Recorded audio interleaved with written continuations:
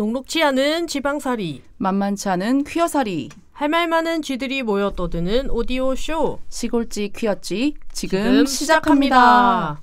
오, 안녕하세요, 지하다입니다. 안녕하세요, 지으십니다. 네, 주유님. 저희가 앞에 인트로를 씹어가지고 다시 녹음을 하게 됐는데 네. 지난주 어떻게 지내셨나요?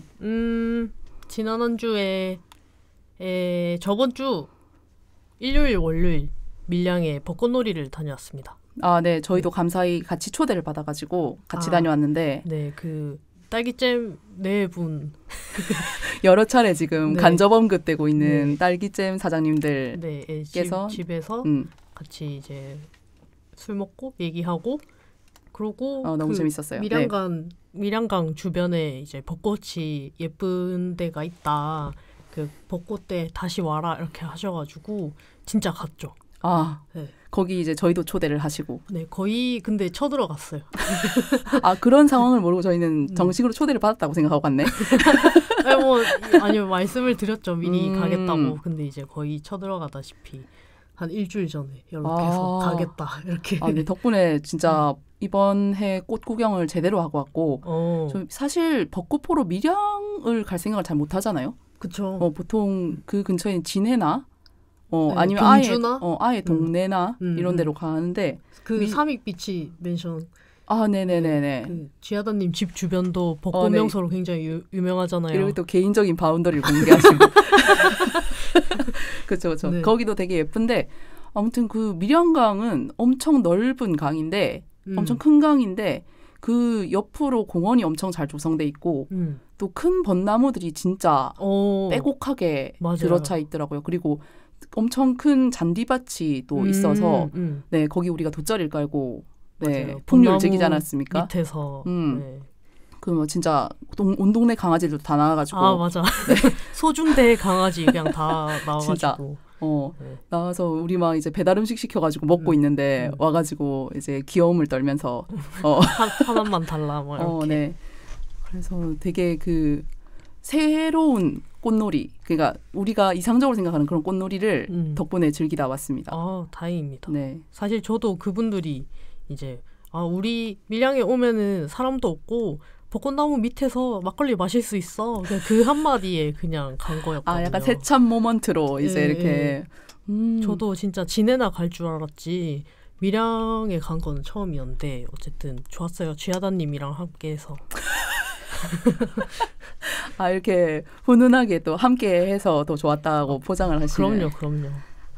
네, 여튼 남부지방은 그렇게 벚꽃이 다 개화를 해가지고 지금 이제 절정 조금 지나고 좀 있으면 질 것 같아요, 그죠? 네, 그래서 쪽은? 뭐 경주가 이번 주 이렇게 할 것 같고 포항도 약간 이번 주가 완전 피크일 것 같아요. 이 벚꽃 전선이 점점 이제 위로 올라가니까는 여러분이 지금 살고 계신 곳은 한 어느 정도인지 궁금하네요. 네네네. 꽃놀이 재밌게 즐기시길 바랍니다. 진짜 너무 예쁘더라고요. 그 이상기후 때문에 사실 벚꽃이 좀 일찍 폈다고는 하던데. 네, 이번에 좀 약간 일찍 핀 그런 느낌이. 걱정은 되지만 뭐 어쨌든 즐기는 사람 입장에선 좋았다. 네, 여튼 4월입니다. 네, 4월은 잔인한 달이라고 누가 그랬죠? 갑자기 교양 방송이 되는데, 네, T.S. 엘리엇의 황무지라는 시의 네, 첫 번째 구절이 4월은 잔인한 달입니다.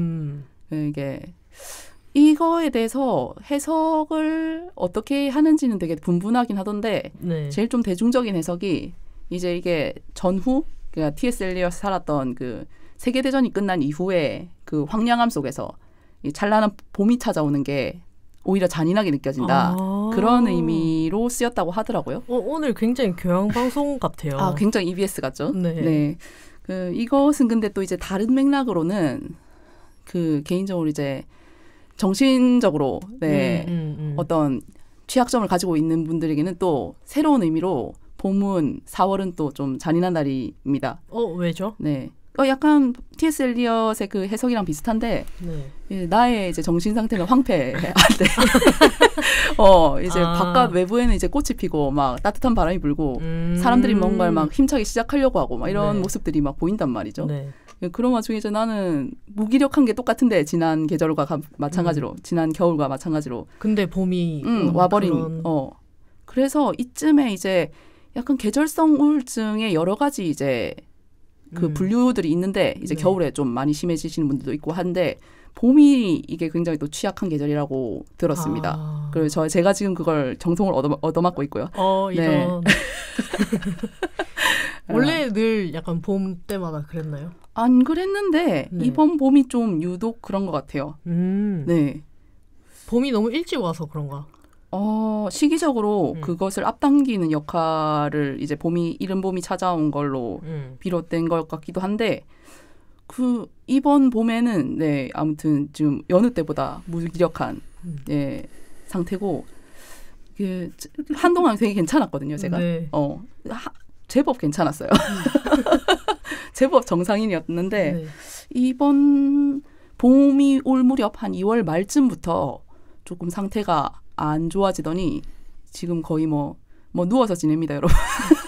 제가 그래도 이렇게 녹음하러 와서 멀쩡하게 얘기는 하고 있는데 네, 상당한 노력이 필요했고 거기까지 오는데 네, 일단은 저희 게스트분이 계속 헛기침과 숨소리를 계속 넣어주고 계시거든요. 네, 빨리 소개를 해드려야 될 것 같아요. 일단 소개를 하고 또 얘기 나눠보도록. 일단 오늘 저희가 나눌 주제가 뭐죠, 지은님?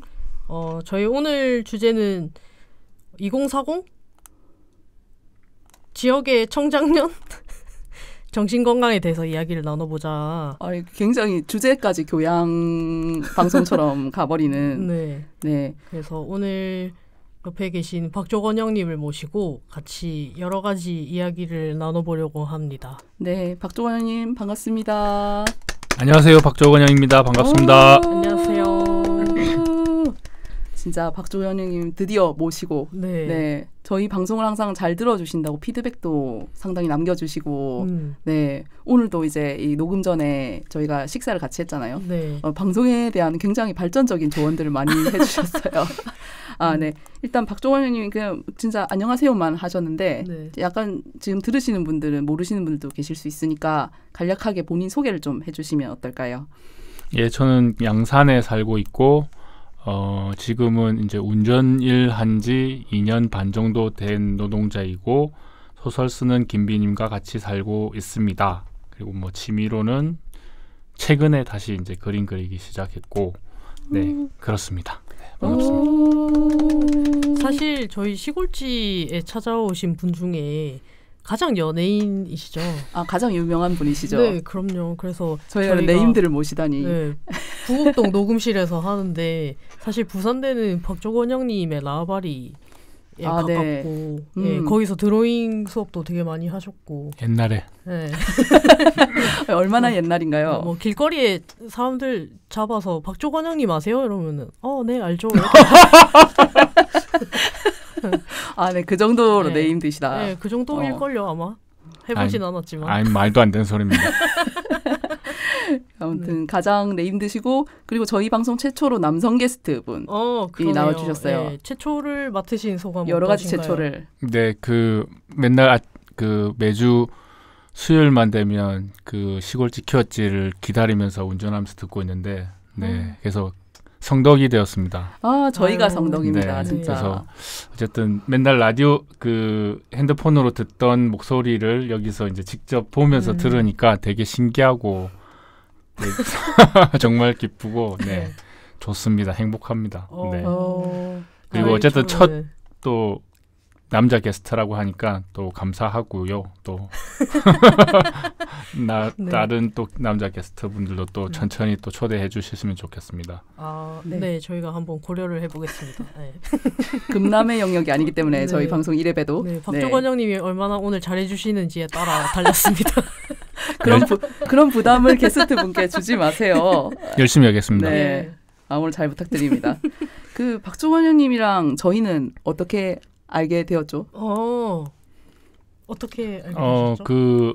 홍해당에서 원래는 짝지가 이제 홍해당에서 하는 글쓰기 수업을 하셨는데 거기 이제 출판 기념회 때 지은님하고 지하다님을 처음 뵀었고 그때는 이제 잘 몰랐었죠. 모르다가 홍해당에서 하는 일말의 퀴어 L 모임에서 처음 직접적으로 또 뵙기도 하고 말도 나누기도 했습니다. 그리고 이 방송하는 거 알게 돼가지고 매회 챙겨 듣고 네, 그랬습니다. 아, 네, 그 모임 때 저희가 굉장히 어필을 했었죠. 박정원님께.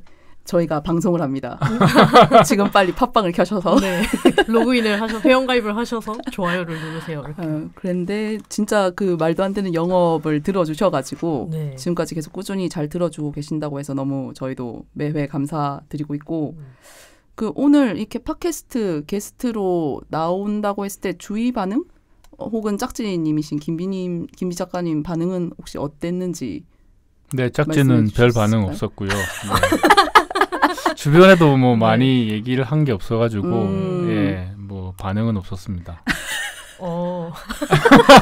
이제 이 방송이 나가고 나서의 반응을 오늘 녹음하고 네. 그 어쨌든 저는 제 삶을 기록하는 사람이기 때문에 출연했다는 거는 아마 인스타나 블로그, 페이스북에 올리지 않을까 싶습니다. 네. 이렇게 우리도 셀럽 마케팅에 네. 이제 얹어가. 네. 그리고 매번 최근에 어쨌든 즐겨 듣는 팟캐스트 3개가 있는데 그 중에 하나라고 맨날 주변에 널리 퍼뜨리고 있습니다. 그러니까 지금 박종원 형님이 듣고 계시는 팟캐스트들 저희 거 빼고 굉장히 네임드 팟캐스트거든요. 제가 여기서 언급은 따로 안 드리겠지만은 진짜 유명하고 저도 즐겨 듣고 네, 존경한 팟캐스터 분들이 하시는 팟캐스트인데 그 안에 저희가 들어있다는 게 너무 영광입니다. 네, 너무 영광이고 네. 사실 저는 20대 초반부터 박종원 형님의 그 이름을 자주 들었거든요. 네. 주로 어떤 매체를 통해서 들으셨죠? 어떻게?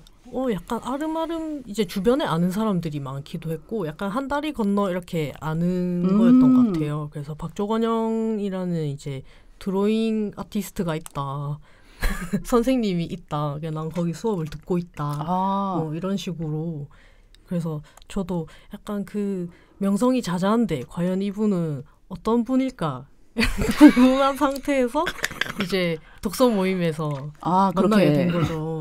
네, 근데 굉장히 이제 식견도 넓으시고 말씀도 재밌게 잘 하시고 그래서 너무 좋았던 것 같아요. 네.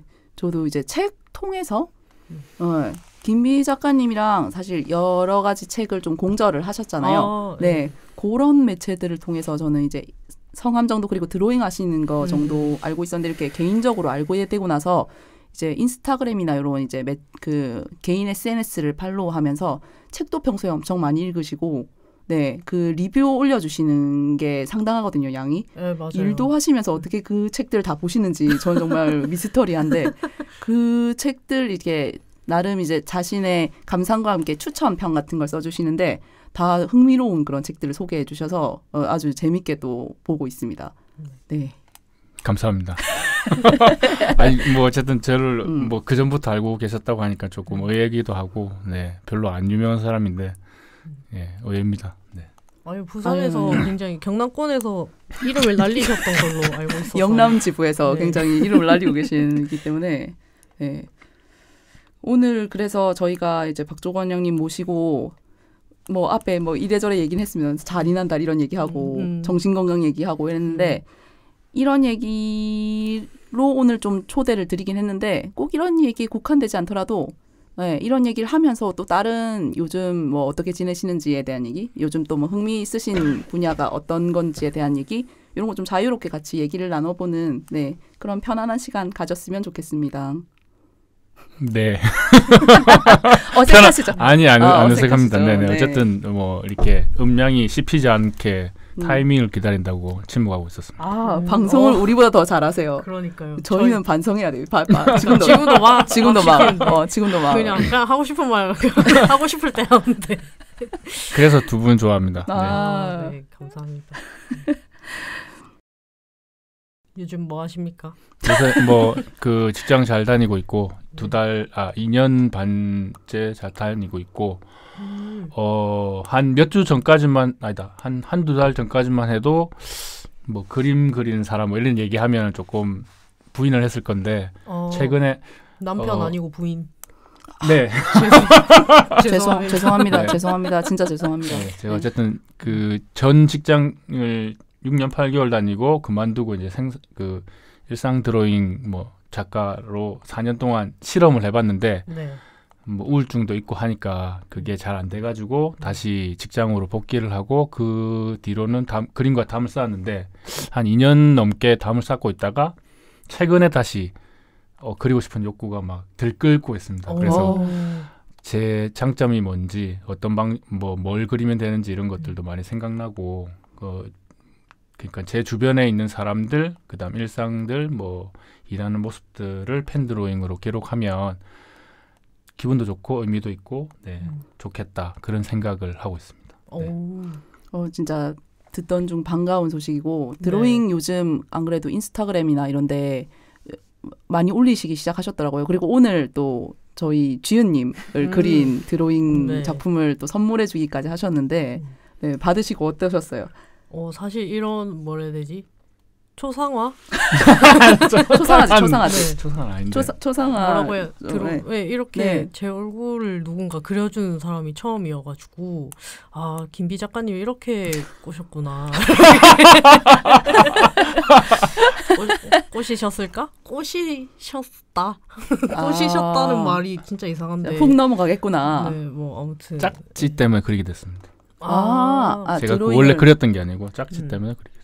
드로잉을 시작하시게 된 계기가 그 옛날에 초중학교 때는 만화책 보고 그랬었고 그 뒤로 그냥 뭐 상관없이 지내다가 22살 때 공주대 만화예술학과에 입학을 했는데 제가 우울증이 있는 사람이다 보니 학교를 제대로 다니질 못했고 네. 28살 때 휴학과 복학을 되풀이하다가 결국은 집으로 도피 겸 양산으로 내려왔습니다. 그리고 그림과 담을 쌓고 살았는데 짝지랑 연애를 시작하고 별 생각 없이 그림을 그렸는데 짝지가 너무 놀라면서 매번 만날 때마다 그림을 그려달라고 압박을 주기 시작해가지고 그리기 싫었지만 연애 초반기다 보니까 잘 보이기 위해서 그림을 그렸는데 그때마다 칭찬을 해주고 그려봐라 이렇게 해서 제가 그림을 그리게 됐습니다. 진짜 큰일 하셨네요, 김비 작가님이. 네. 네, 큰일을 했죠. 제 삶의 구원자입니다. 뭐야. 내 삶을 왕시로. 네. 구원만 하셨어. 네. 저희 방송이 잠깐씩 요즘 이렇게 핑크빛 무드로 넘어가는 경우가 잦아진 것 같아요. 네, 봄이니까요. 좋은 것 같습니다. 그러면 그 드로잉을 잠시 다시 중간에 쉬시다가 최근에 다시 그리게 됐다고 하셨잖아요. 네. 그 중간에는 어쩌다가 그냥 일이 바빠지셔서 그냥 쉬게 되신 건가요? 그러니까 제가 4년 동안 일상 드로잉 작가로 실험을 해봤는데 그 기간에 우울증의 기간이 상당히 길었고 이제 4년 말쯤에 상당히 긴 우울증으로 이건 안 되겠다 싶어서 직장을 구했습니다. 구하고 나니까 그리고 싶은 생각도 안 들고 그렇게 담을 쌓고 지냈는데 짝지가 또 저 때문에 또 그림을 아이패드로 그리거든요. 그래서 짝지가 한 번씩 그림 그리러 갑시다 이러면 어쩔 수 없이 가서 억지로 한두 번 그렸는데 근데 자주 있지는 않았어요. 그래서 그냥 짝지도 저보고 자꾸 뭐 그림 그리는 사람이니 뭐 그런 말을 하긴 했는데 나는 뭐 그림보다 재밌는 거 많다. 요새 하고 싶은 것도 많고 재밌는 것도 많은데 뭐 굳이 그림을 이렇게 했는데 최근에 그냥 사람들 인물들 그리는데 재밌고 내가 좋아하는 사람 그리고 호감 가는 사람 그리는 게 그리는 그 순간이 되게 좋았어요. 어떤 순수한 즐거움 같은 게 조금 다시 생겨나신. 그리고 또 그림 드로잉 하시는 분 많은데 요새 취미로 저 수채화 어렵더라고요. 근데 수채화는 어려워가지고 그쪽으로는 명함을 못 내밀겠고 근데 인물 드로잉 하는 사람은 많이 없어서 나는 인물 드로잉 잘하지 이래서 요새 그냥 캡처도 많이 하고 그리고 싶은 사람들 직장에서도 일하는 모습들도 또 그리고 싶더라고요. 그래서 오늘 일하면서도 많이 사진 몰래 찍고 그래서 몰래요? 뭐 자주는 안 그리겠지만 요번 주 토요일 날 시간이 비어가지고 짝지하고 같이 그림 그리러 가자고 했거든요. 카페에. 그래서 또 한 3-4시간 또 그림 아마 그릴 것 같습니다. 왜 사람들이 박조건 형님을 좋아하는지 알겠어요. 갑자기? 네.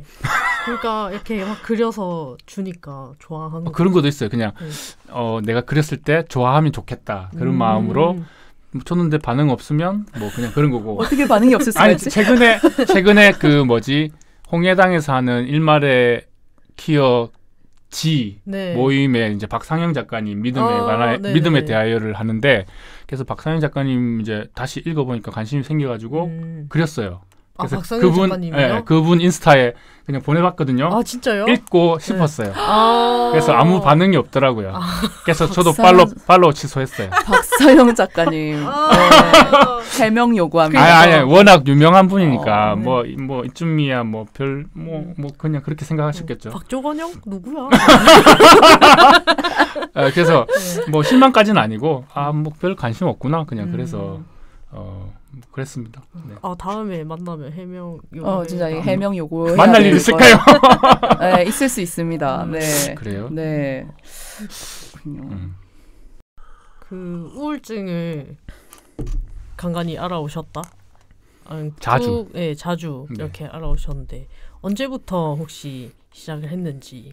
중학교 2학년 때 15살 때부터 좀 그랬던 것 같고 그러니까 학교 마치고 집에 오면 제 방에만 그냥 누워 있고 아침에 학교 가면 뭐 억지로 가야 되니까 뭐 억지로 일어나는데 또 주말에도 누워 있고 방학 때도 비슷했던 것 같고 그래서 뭐 그때부터 우울증의 시작이라고 생각을 하고 뭐 최근까지 한 2년 정도 전까지만 해도 우울증이 이제 심하게 장기간 있을 때도 있었고 계속 반복을 했었죠. 네, 근데 여러 가지 뭐 요인들이 있겠지만 최근에 한 2년 정도는 괜찮은 것 같아요.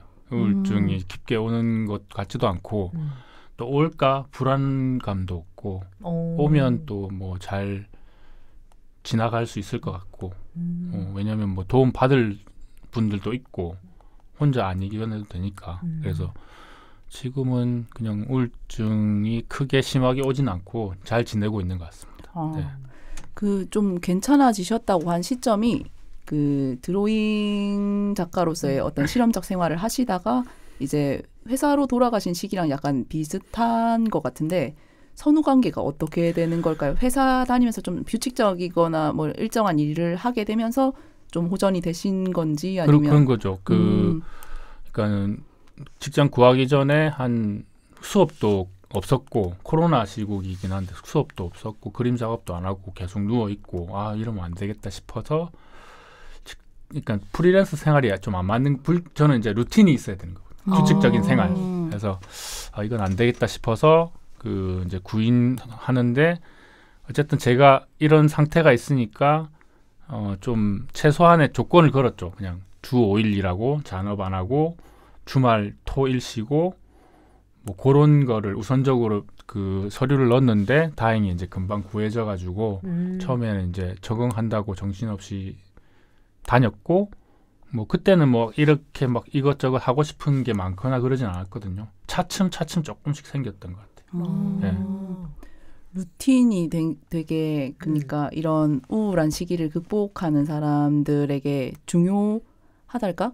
모두에게 정답은 아닐 수 있는데 이게 되게 유효하게 작용하는 분들도 있더라고요. 그러니까 지하다님은 어때요?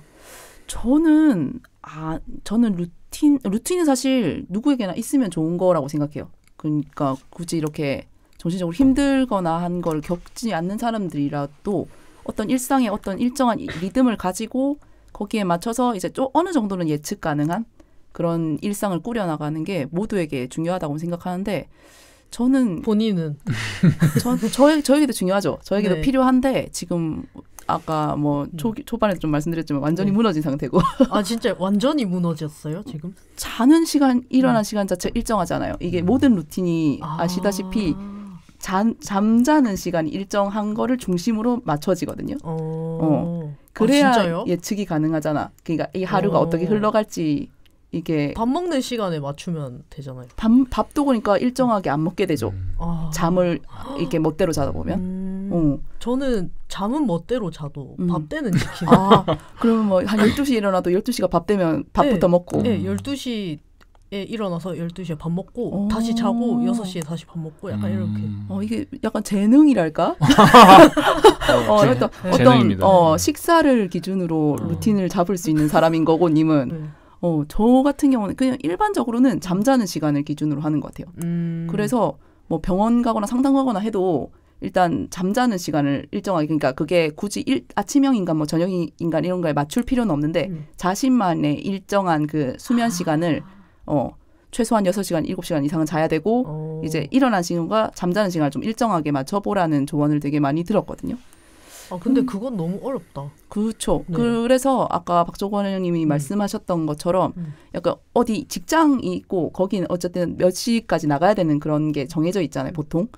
그런 걸 중심으로 일상을 맞추다 보면 이제 루틴이 난 싫지만 억지로라도 생기게 되고 해서 이게 결과적으로 루틴이 형성이 돼서 그게 나랑 잘 맞으면은 이제 이렇게 좋은 방향으로 흘러가게 되고 하는 것 같아요.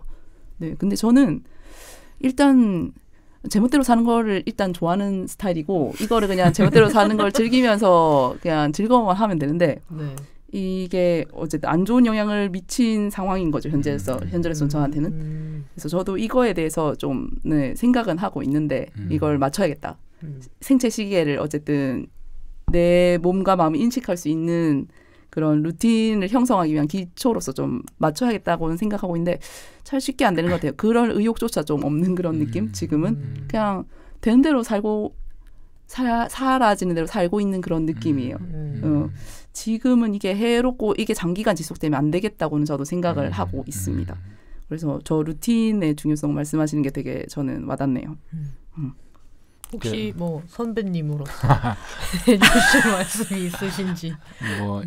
그 청계 우울증이 있으면 1000가지의 방법 극복하는 방법이 다 다르다고 저는 생각하기 때문에 그냥 저는 제 우울증에 관해서 29년 동안의 우울증에 대해서는 전문가라고 생각을 하기 때문에 저 같은 경우에는 어쨌든 좀 규칙적인 생활이 맞는 것 같다는 생각이 들었고요. 그래서 어쨌든 또 직장 일이 많거나 이러면 또 삶이 좀 지치니까 그래서 구할 때 뭐 주 5일 잔업 없고 주말 일하고 빨간 날 쉬고 그래서 5월달이 기다려집니다. 3일씩 쉬는 날이 3번이나 있더라고요. 공휴일이 있어서 그러니까 토, 일, 월, 토, 일, 월, 금, 토, 일 뭐 이런 식으로 3번이나 있더라고요. 그래서 동료들이 아까 퇴근할 때 4월달은 괴로울 건데 5월달이 기다려진다 이렇게 했었거든요. 그래서 4월이 잔인한다. 휴일이 없어서 공휴일이 없어서 그런 것도 같네요. 네네. 그래서 그 루틴 말씀도 하셨지만 이게 루틴을 결국 세운다는 거는 자기 자신에 대해서 좀 알아야 된다고 생각을 하거든요. 그래서 그런 의미에서 건영님은 되게 자기 자신이 어떤 것까지가 무리고 어떤 거는 지켜져야 되는지를 좀 알고 계시는 것 같은 거. 네, 그게 이 루틴을 지켜내는데 큰 역할을 한 것 같다는 생각도 드네요. 이게 방금 말씀하셨듯이 주 5일 일하고 잔업은 없어야 되고 막 이런 기준들 있잖아요. 네.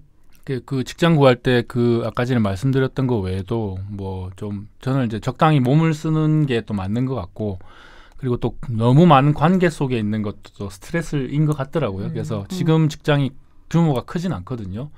그 현장에서 일하는 분이 5명, 뭐 이제 사무실에서 일하는 분이 4분, 9명이라서 큰 회사도 아니고 어쨌든 또 밖에서 운전할 땐 또 혼자니까 그런 것들이 저한테는 잘 맞는 것 같고 그리고 어쨌든 저는 29년 동안 겪었으니까 개인 상담을 좀 여러 차례 했어요. 한 1년, 2년짜리 개인 상담을 한 3번 정도는 한 것 같아요. 예, 좀 장기간 한 게 또 저 자신을 스스로 들여다보는 또 훈련이 된 것 같기도 하고 그리고 또 뭐 우울증 약도 또 장기간 먹어봤었고 지금은 먹지는 않는데 또 최근에 한 3년 정도는 우울증 약은 계속 먹었던 것 같습니다. 그래서 최근에 들어서 재작년부터 아마 우울증에 관한 에세이들이 많이 나와서 되게 반가웠었거든요. 그래서 아까 처음에 말씀드렸던 것처럼 다양한 우울증을 겪는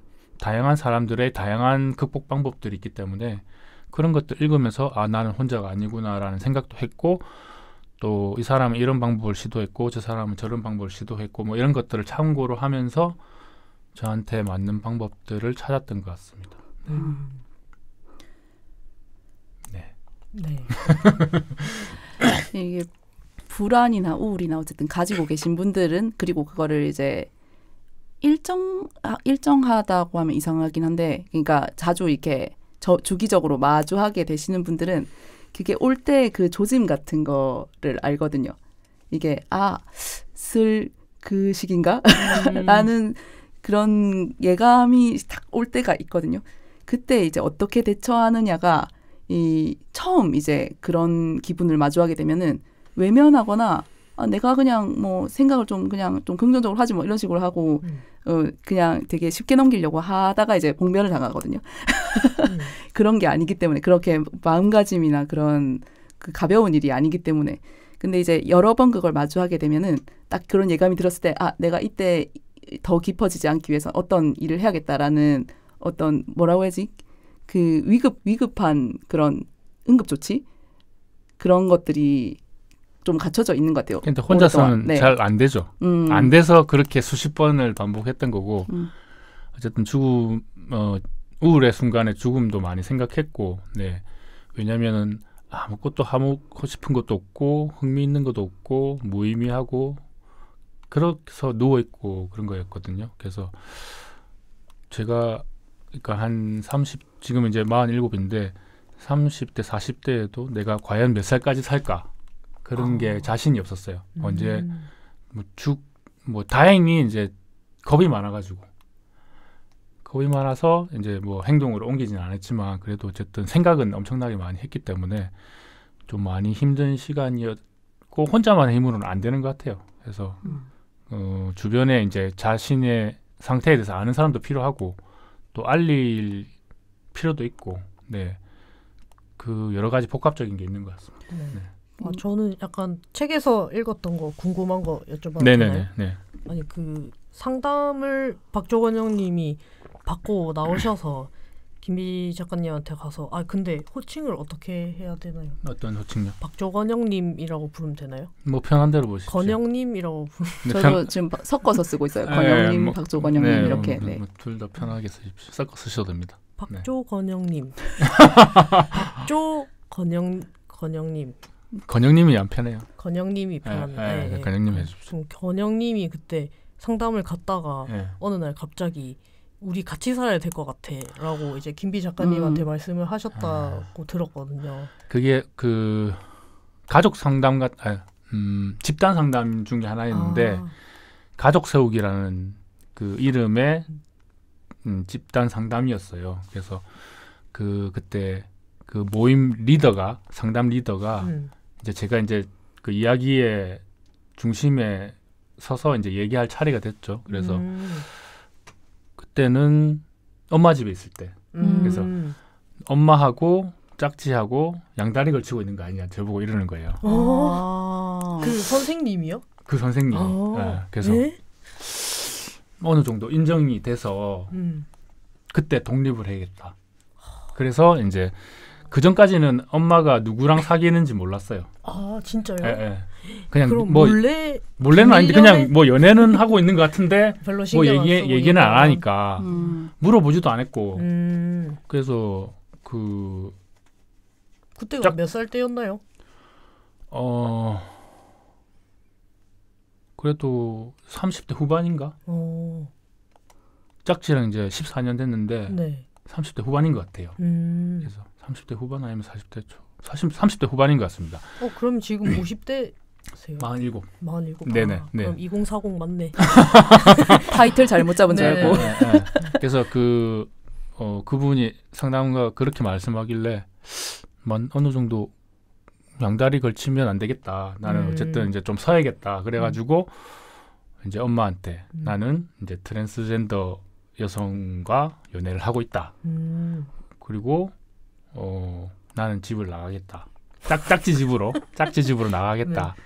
통보한 거죠. 뭐 허락도 아니고 통보를 하고 엄마가 뭐 어쨌든 나이 있으신 분이 받아들이기에는 좀 버거웠겠죠. 네, 그러니까 그래서 너무 큰 사건을 두 가지를 동시에 나가겠다와 내가 만나고 있는 사람이 트랜스젠더 여성이다. 진짜 그래서, 놀라셨을 것 같아요. 그래서 근데 나도 섭섭하다. 왜냐면은 정말 삶에 대해서 참 죽을 많이 생각하는 사람이었는데 그런 존재를 구원해준 사람인데 그 사람 때문에 그래도 살만하게 살고 있는데 그런 귀인을 섭섭해하다니 나도 섭섭하다 이렇게 엄마한테 말씀을 드렸죠. 네. 그래서 어쨌든 그렇게 하고 짝지집으로 이제 같이 살게 된 거고. 근데 지금은 아직까지 엄마하고 짝지하고 만난 적은 없어요. 만난 적은 없는데 왜냐면 뭐 짝지가 엄마를 잡아먹지도 않는데 나이 있으신 분이 가진 어떤 뭐 이렇게 뭐 걱정이 있으시겠죠. 지금은 뭐 짝지 생일 때 되면 미리 뭐 용돈도 챙겨주시고 맛있는 거 사 먹으라 하고 그리고 맨날 자주 안 보거든요. 자주 안 보는데 한 번씩 가면 짝지랑 재미있게 잘 지내고 있다 얘기를 계속 해주고 짝지랑 공저로 지은 책도 주고 이랬을 때 저희 둘의 행복을 또 빌어주시는 것 같고 그래서 그 엄마한테 말하고 나올 때 엄마가 반대하더라도 나는 짝지 편이 되어줘야 된다는 마음을 가지고 말을 했거든요.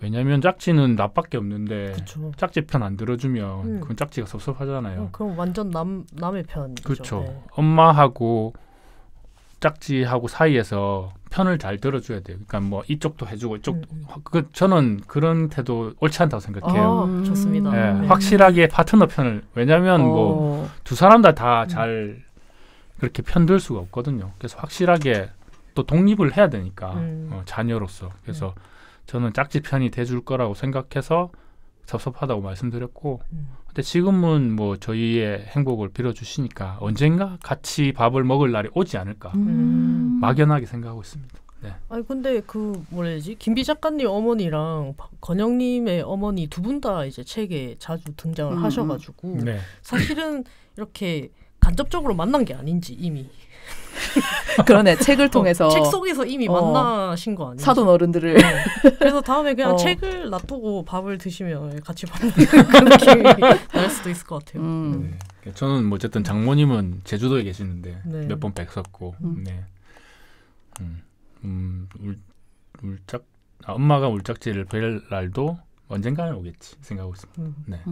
고맙습니다. 어쨌든 뭐 나이 있으신 분이 어쨌든 그런 뭐 편견이 있으시겠지만 그걸 딛고 뭐 저희의 행복을 빌어주시니까 감사하죠. 네.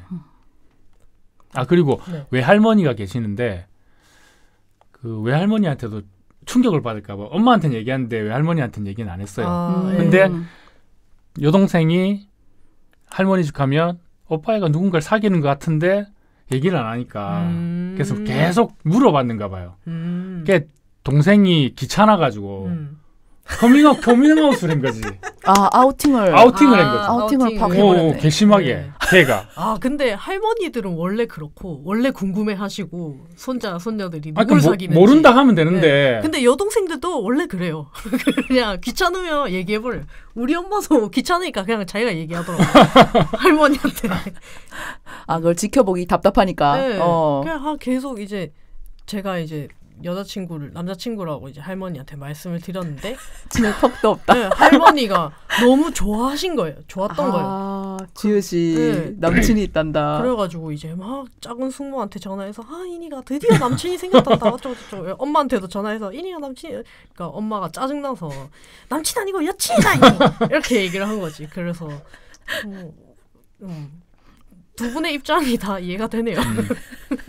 그래서 당황하셨겠다 그래도. 외할머니가 그 소식을 듣고 좀 심란했는가 봐요. 그래서 전해 들은 바로는 그 한 몇 달 동안은 되게 기운이 없었대요. 근데 나중에 이제 할머니 보러 한 번씩 가니까 아유 그 딱한 사람이다. 그냥 네가 같이 잘 살아라 이렇게 뭐 해주더라고요. 근데 엄마는 아직 안 보려고 하는데 할머니는 또 보고 싶어요. 근데 어쨌든 두 사람의 입장이 다르니까 보기도 그렇고 안 보기도 그렇고 그렇더라고요. 한 번에 해결해야겠는데? 3대를 모아놓고. 그러니까 엄마가 그거를 허락해야 3대가 보겠죠. 그러니까. 그러네. 그 중간다리 역할이시니까. 그러니까. 진짜. 지하다님은 네? 네. 갑자기요? 양가다 만나 뵙지 않았어요? 근데 저희는 그러니까 그 엄마들끼리 보지는 않았는데 상견례를 하진 않았거든요. 상견례를 하진 않았는데 네. 그 제 애인을 저희 엄마가 봤고 저도 언니 어머니 자주 뵙고 뭐 그런 식으로 해서 네 서로는 서로의 관계를 알고 있고 서로 소식도 물어보고 하는 사이입니다. 네 저희는 뭐 모르겠어요. 그 애인 어머니 분과 애인의 어머님은 뭐라 불러야 될지 모르겠네 갑자기. 애인의 어머님. 저희 어머니 그 시어머님은 그러니까 옛날에 이제 애인이 여러 차례 커밍아웃을 해서 여러 차례 커밍아웃 진짜 거의 10년에 걸친 그 역사가 있더라고요. 처음엔 때린데 계속 또 때리는 처음엔 거죠. 잘 받아들이지 못하시다가 이제 주입식으로 계속 여자 좋아한다 레즈라고 이렇게 막 얘기를 해서 이제는 좀 소화를 하셨고 나름대로 이해를 하고 계시는 상태였고 저희 엄마 같은 경우는 제가 아예 연애를 할 수 있는 생물이란 걸 잊고 사셨던 거예요. 나도 그랬지만 나 스스로도 약간 내가 연애를 하는 사람, 연애를 원하는 사람이라는 자각이 없는 채로 살았기 때문에 저는 일종의 무성의 존재였던 것이에요. 그랬는데 이제 언니랑 애인이랑 사귀면서 저는 이제 그 애인 어머니랑 자주 뵙고 밥도 뭐 몇 번 먹고 이제 뭐 그런 얘기를 하고 했는데 우리 엄마는 아무것도 모르는 게 뭔가 나 스스로 이건 아닌 것 같다는 생각이 들었던 거예요. 그래서 약간 그 불효? 그러니까 우리 엄마는 정말 아무것도 모르고 그 하하 유니버스처럼 우리 엄마 빼고 다 아는 거예요. 그 상황이 조금 아니지 않나라는 생각이 들어서 그냥 엄마랑 어디 이제 여행 가는 중이었는데 친척집 방문길에 있었는데 기차에서 그냥 이렇게 이런저런 얘기하다가 진짜 캐주얼하게 지금 만나고 있는 사람 여자고 뭐 그렇다 그런 얘기를 했었거든요. 미드식 고백. 그러니까 진짜 그냥 뭐 땅콩 먹다가 갑자기 그냥 얘기한 거야. 그래서 엄마가 그 거부 반응을 크게 나타내진 않으셨는데 되게 이렇게 고장난 느낌 알죠? 약간 엄마야 이러면서 약간 혼자 혼란스러워하는데 그걸 어떻게 소화를 해야 될지도 잘 모르는 그런 반응을 잠깐 하고 그 뒤에도 약간 스스로 그냥 이제 계속 프로세싱을 머릿속으로 하고 계신 그런 느낌은 들었는데 뭐 결국 잘 받아들이신 것 같아요. 제가 지금 보기에는. 지금은 이제 언니 애인이랑도 몇 번 더 만났고 인사도 하고 뭐 이제 안부도 잘 지내나 이런 식으로 물어보고 하는 중이라서 네, 어물쩡어물쩡 그래서 저희는 다 서로를 알고 있는데 어머니들끼리 만날 일이 있을까 싶긴 하네요. 네. 굳이 그럴 필요는 없겠죠. 네. 사실 최근에 어떤 어른분이랑 같이 점심을 먹을 어른분이랑 기회가 있었는데 그분이 굳이 만날 필요 없지 않겠어요?라고 이제 저가 비슷한 상황에서 이제 얘기를 했는데 근데 뭐 만나도 괜찮다. 별일 없다. 그러니까 뭐 누가 누구를 만나는 걸 얘기하는 거예요 지금? 그러니까 뭐 그 어머니 그 애인의 어머니랑 제가 만나는 거. 그런 거 아니면은 애인의 저의 어머니와 애인이 만나는 거.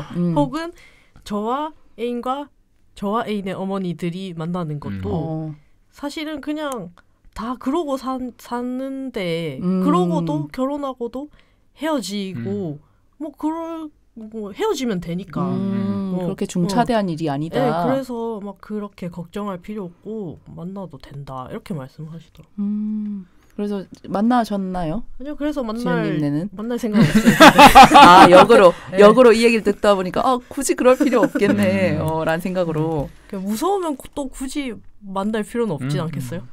아직까지는 조금 무섭거든요. 마음이 내킬 때. 그렇죠. 갑자기 이렇게 부모님들 얘기가 왜 나오게 됐어? 그러게요. 저희 부모님 할머니 얘기하는. 네. 맞다. 네. 그 책 자랑 좀 해주세요. 자랑할 건 아닌데 다시 최근에 생각해 보니까 그 4개의 책에 다 제 우울증 상태의 얘기가 있고 책을 또 만들 때도 우울증 상태일 때가 많았고 그래서 우울증 연대기가 아닐까 하는 생각을 했는데 다시 봤는데 크게 재미는 없더라고요. 그래요? 재밌었는데요, 저는. 그러니까 뭐 그 스스로 느끼시기에 제주 사는 우리 엄마 복희 씨는 그 읽고 리뷰 쓰면서 제격순 많이 울었어요. 왜냐하면 가슴에 못질을 할 행동을 했거든요, 제가. 네네네. 짝지하고 그 장모님하고 잠수를 타버리시는. 잠시를 네. 제주도에 그 2달 동안 이제 그림 작업하러 내려갔는데 저는 어쨌든 그때는 진짜 지옥에 있었고 남들은 좋겠다 제주도 이랬는데 저는 아무런 감흥이 없는 제주도였거든요. 그래서 그 그림 작업하면서도 늘 그냥 바다가 근처에 있으니까 늘 죽음도 많이 생각하고 했었는데 그 어느 날 제가 사라집니다. 얼마나 무섭겠어요. 그러니까 네. 네, 그래서 그거 쓰고 읽으면서 되게 많이 저도 울었고 네. 근데 이제 2번째 별것도 아닌데 예뻐서가 제일 처음에 만든 책인데 네. 그건 좀 제가 글을 짧게 써서 그런지 뭐 좀 그렇게 재밌지는 않더라고요. 근데 거기 드로잉이 엄청나게 실려 있잖아요. 이런 식으로 마케팅을 아니 왜냐면 제가 그 부리 부부가 쓴 책 그 다시 보는 리뷰 시리즈 해가지고 4개 다 써야지 했는데 네. 첫 번째는 썼는데 그 별것도 아닌데 예뻐서를 쓰려고 하니까 읽다 보니까 중간중간에 재미가 없어가지고 이거 쓰지 말까? 그냥 그런 생각을 해가지고. 아 그래요? 네. 저는 사실 복희씨보다 별것도 아닌데 예뻐서를 보면서 더 많이 울었어요. 어떤 부분에서? 그러니까 그 사실 제가 알고 있는 작가님과 박조건영님의 그 모습이 있잖아요. 네네네. 근데 완전 옛날의 모습인 거잖아요. 네네. 근데 그걸 보니까 약간 나도 모르겠어. 그냥 눈물이 나더라고요. 중간중간. 거기 이제 4가지 파트로 나눠져 있는데 우울증 파트도 있고 노동 파트 있고 그다음 뭐 주변 사람들 파트 있고 그렇게 4가지 파트가 있거든요. 근데 지금 왜 우세요? 몰라요. 울고 계세요. 원래 잘 울어요. 진짜. 이거는 모르겠어요. 이거는 모르겠는데 그냥 그 악어의 눈물인가? 악어 우울증 파트도 있죠. 그 책에. 네. 그래서 그렇습니다. 네. 아까 뭐 무슨 말하고 계시지 않았어요? 까먹었습니다. 미안해요. 무슨 말하고 잠깐 쉬었다가 저희 47분 넘었거든요. 네네네. 그럼 조금 더 그러면 저희 광고 듣고 계속해서 이야기 나누도록 하겠습니다. 네.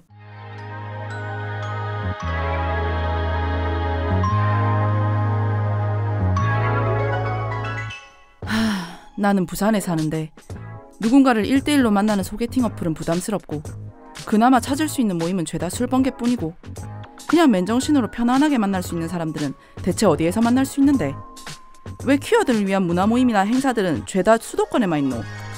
그런 당신을 위해 부산 퀴어 문화 플랫폼 홍예당을 소개합니다.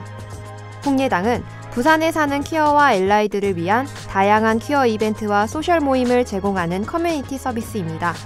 책, 영화, 음악, 스포츠 당신의 관심사를 함께할 친구들을 만날 수 있는 곳 가족, 직장, 사회 각자가 속한 곳에서 퀴어로서 겪는 고충을 서로 나누고 또 공감할 수 있는 곳 편안하고 안전하게 당신이 당신일 수 있는 바로 그곳 홍예당에서 다양한 만남을 경험해보세요. 자세한 내용은 홍예당 인스타그램에서 확인하실 수 있습니다.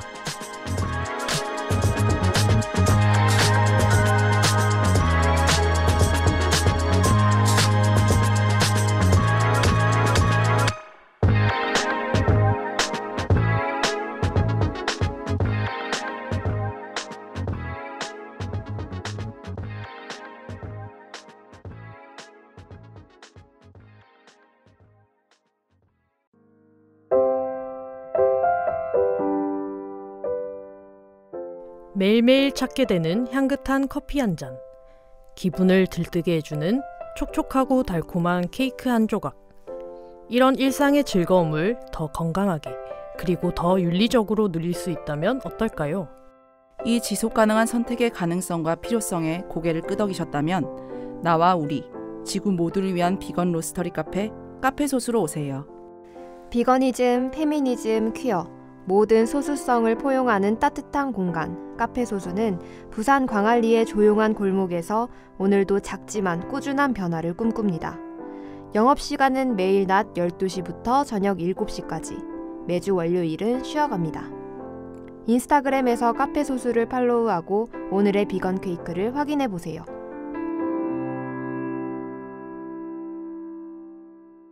네, 광고 듣고 오셨습니다. 네. 이번에도 그 홍예당 임박한 모임 몇 가지 홍보를 좀 하고 넘어갈게요. 4월 8일 토요일 오후 3시에 일말의 퀴어 G, 박상영 작가의 네, 아까 저희가 방금 얘기한 네, 해명이 요구되는 박상영 작가의 믿음에 대하여라는 책으로 이제 독서 모임을 가질 예정이고요. 네. 그리고 4월 22일 마찬가지로 토요일이고요. 홍예당 콩짝 실험실로 2기대 트레킹을 가기로 했습니다. 네. 이번에도 지하다님이 앞장서시는 거죠? 2기대가 네, 제가 사는 곳과 멀지 않아 가지고 그리고 제가 여러 번 가본 경험이 있기 때문에 네, 이 뭐 소풍이죠.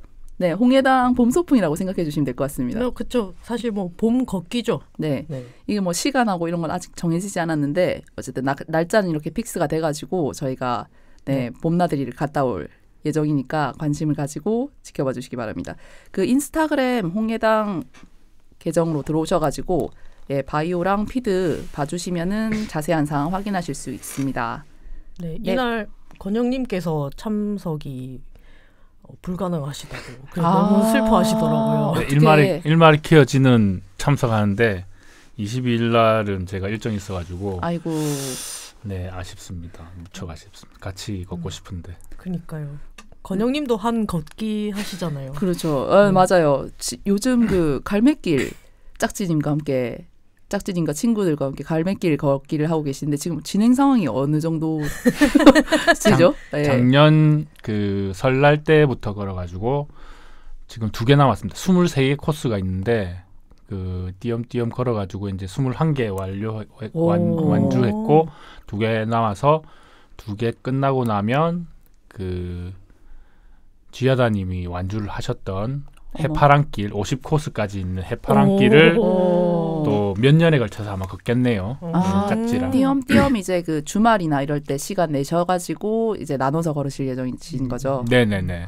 그래서 조금 거리가 머니까 먼 경우에는 아마 2코스를 연달아서 하든지 1박하고 아마 그런 식으로 걷지 않을까 싶네요. 네. 걷는 일은 어떠세요? 즐거우신가요? 그렇게 둘레길을 정복하는 거는 그죠?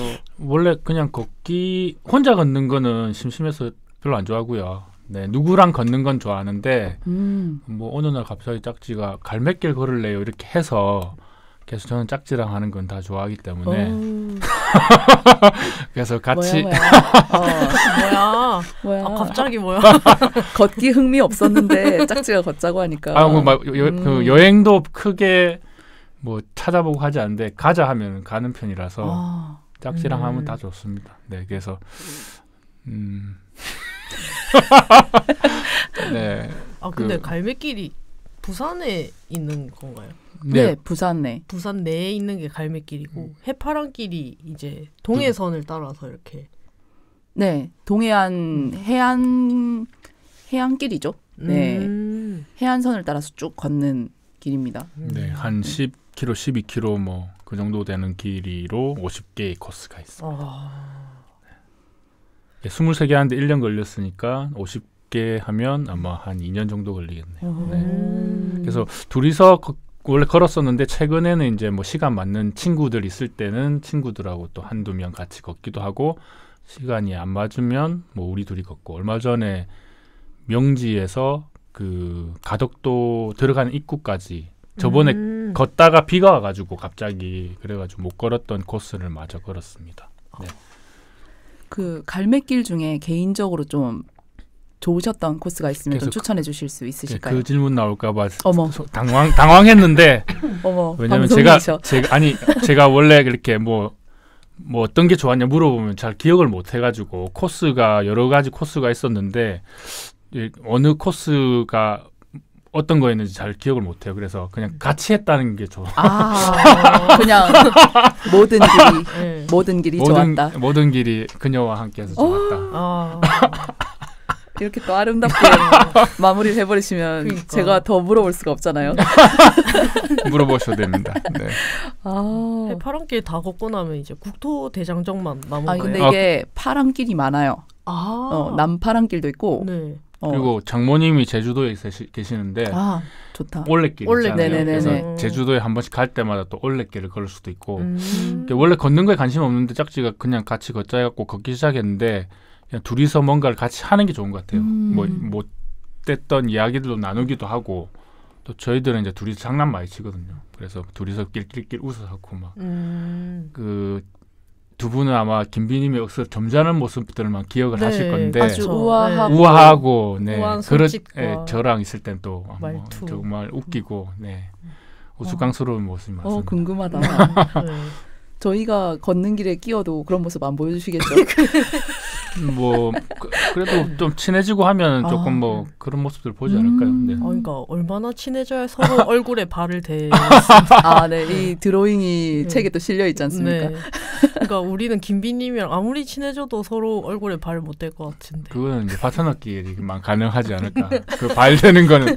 근데 궁금한 거는 네. 여성분들이 발에 발냄새가 잘 없어요? 아닌가요? 사람마다 다릅니까? 다른 거 아닐까요? 성별의 문제라기보다는. 저는 제 발은 이제 땀이 많이 나니까 발냄새가 제가 맡으면 나는데 짝지 발은 냄새가 안 나더라고요. 그래가지고 그냥 한 번씩 얼굴에 대기도 하고. 네. 아니면 어느 정도 나을 수도 있는데 그것이 또 사랑의 그건 아니 절대 아닙니다. 절대 아닙니다. 절대 아닙니다. 아마 조금 났으면 아마 안 했을 겁니다. 근데 안 납니다. 발바닥에 땅구멍이 없는 모양이에요. 요정설. 아니 그건 작가님, 김미 작가님 요정설. 어떻게 땀구멍이 없어요? 이슬만 먹어. 이슬만. 그러니까 지금 굉장히 이상화된 모습으로 저희 속에서 더 커져 부풀어만 가는 작가님의 모습. 아무튼 그 또 스탬프도 모으고 하시잖아요. 걸으면서.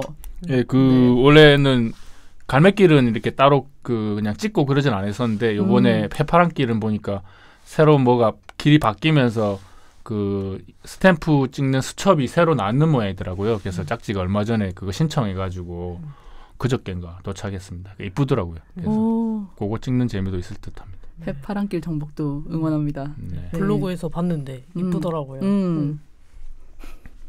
그 전에 찾아보니까는 그 해파랑길 50개를 유튜브로 다 기록한 분이 있더라고요. 그래서 그거도 하나하나씩 다 보면서 좋겠다, 재밌겠다 생각했습니다. 길 걷는 걸 그냥 유튜브로 이렇게 찍는 거구나. 뭐 아름다웠던 것도 좀 편집해가지고 이렇게 해놓으셨겠죠. 그걸 걸으면 이제 몇 시간짜리 영상이 돼. 근데 막 자기가 가는 길 그냥 다 찍어서 자기 동네에 그냥 걷는 거 찍어서 그냥 올리는 분들도 있기는 있더라고요. 산책 유튜버가 있군요. 그 왜 그냥 상점에서 음식 만드는 과정 그냥 처음부터 이렇게 찍는 영상들이 엄청 대박이 나듯이 약간 그냥 길 걷는 거 그냥 영상으로 찍어 편집 그런 없이 거 있더라고요. 예. 그런 것들도 그러니까 누가 보는 거지. 근데 한 번씩 그러니까 짝지도 뭐 글 작업 같은 거 할 때 그런 거 이렇게 같이 걷는 듯한 느낌 있잖아요. 실시간으로 되는 거. 그런 난 게 집에 있지만 같이 걷는 느낌. 그 나라를 같이 뭐 걷는 그런 느낌을 얻고 싶을 때 틀어서 보는 분들이 있는 모양이더라고요. 예. 그러니까 사실 나한테는 그냥 동네 내가 사는 곳 이런 길이지만 다른 나라 사람들이 또 보면 되게 신기한 이국적인 그렇죠. 한국의 골목길인 거지. 뭐 그럴 수도 있겠다. 저는 발냄새 나요. 아니 제가 사랑이 있어가지고 안 난 게 아니라 진짜 냄새 맡아보면 안 나요. 이거는 진짜 해명이 아니라 분명하게 말씀드립니다. 안 납니다. 그분은 안 납니다. 제 애인도 안 납니다. 발냄새. 그러니까 안 난 사람 있다니까. 네, 신기하게. 발냄새 서로 안 맡아보세요? 한 번도 냄새를 맡자 해서 맡아본 적은 없는데. 진짜? 근데 청결하신 분이기 때문에 제 애인도 안 날 것 같습니다. 근데 두 분 다 안 나실 것 같긴 해요. 네, 오늘 가서 한번 맡아보도록 할게요. 서로 얼굴에 발대고 사이좋게. 네네, 한번 해보도록 하겠습니다. 네. 그 주연님이 아까 궁금한 점이 있으시다고 건영님에 대해서. 네. 이런 질문을 드려도 될지 잘 모르겠지만 네, 하십시오. 네. 혹시 언제부터 헤어스타일을 그렇게 빡빡머리로 고수하셨나요? 29살 때부터 했습니다. 그때 무슨 바람이 불었는지 모르겠는데 그 경성대 쪽에 클럽이 많이 있었어요.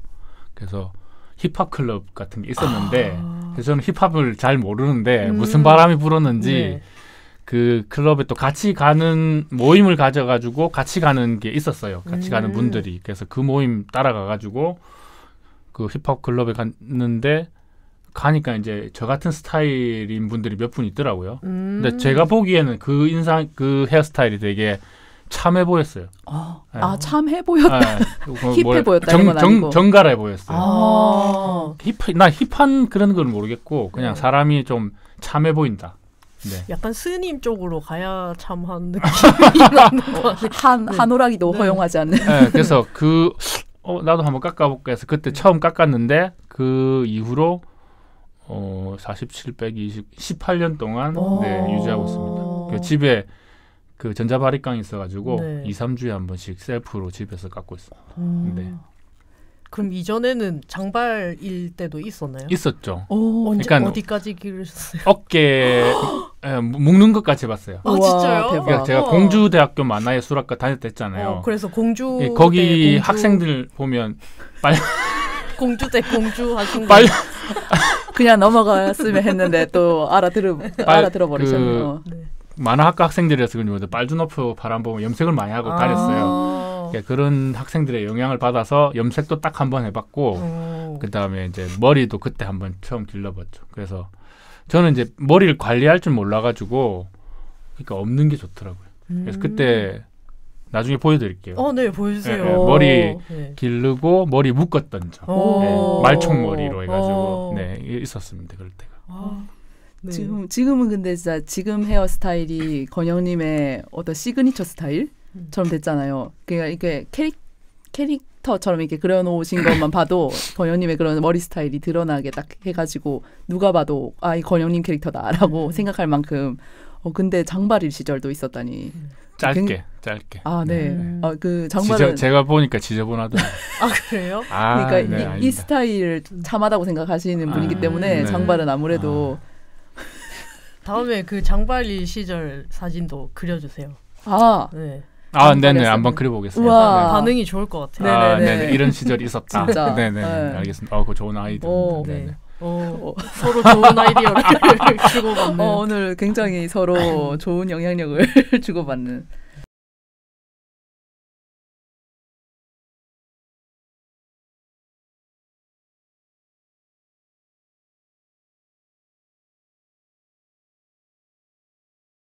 그 아까 전에 이제 잠깐 그 방송을 끊고 그 시간에 이제 얘기했었는데 제가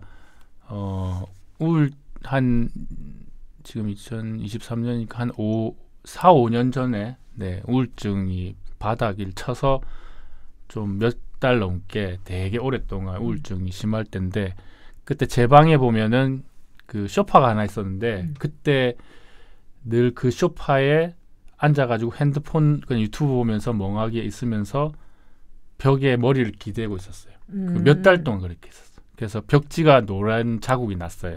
머리 된 부분에.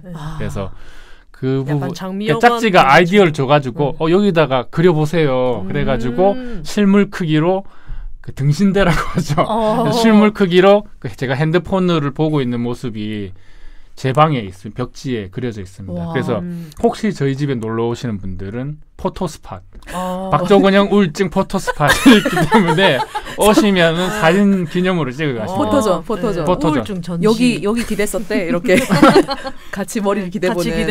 머리를 맞대보자. 약간 그 얘기를 해서 좀 많이 웃었습니다. 그러니까 저희도 초대해 주세요. 네, 다음에 꼭 놀러 오고 싶습니다. 언제든 초대할 일이 있지 않을까 싶습니다. 네. 좋습니다. 네. 저희가 아까 책 얘기를 하다가 말았는데 저 약간 궁금한 게 또 있는데요.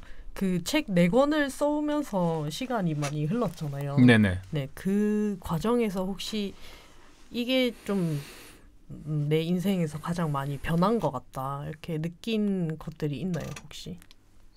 그 책 속 장면들 중에서요? 아니면 책 작업을 하시면서 책을 써오면서 4권의 책을 써오면서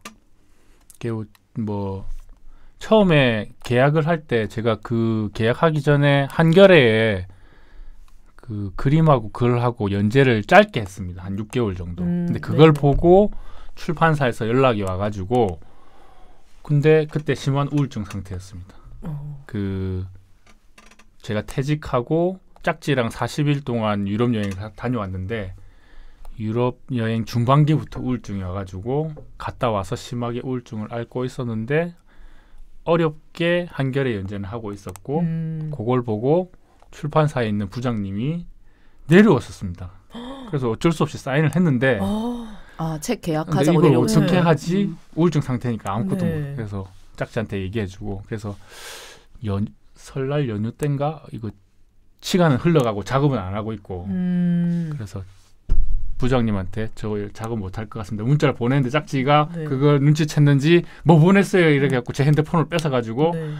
저는 그 박조건영의 짝지인데 제가 같이 작업을 해서라도 어떻게든 책 작업을 하겠습니다. 이래가지고 엎어질 뻔했던 책이 나왔습니다. 별것도 아닌데 예뻐서란 첫 책이 나왔었고 그리고 두 번째는 길을 잃어 여행 갑니다도 그 퇴직하고 이제 40일 동안 유럽 여행한 거를 글과 그림으로 담았는데 또 유럽 여행 중반기부터 우울증이 와가지고 네. 그게 좀 담겨 있고 그다음에 세 번째 책이 슬플 땐 둘이서 양산 요거는 이제 그림 없이 글로만 된 책인데 네. 그거는 저도 그때도 또 우울증 상태였죠. 그래서 이 책도 좋았어요.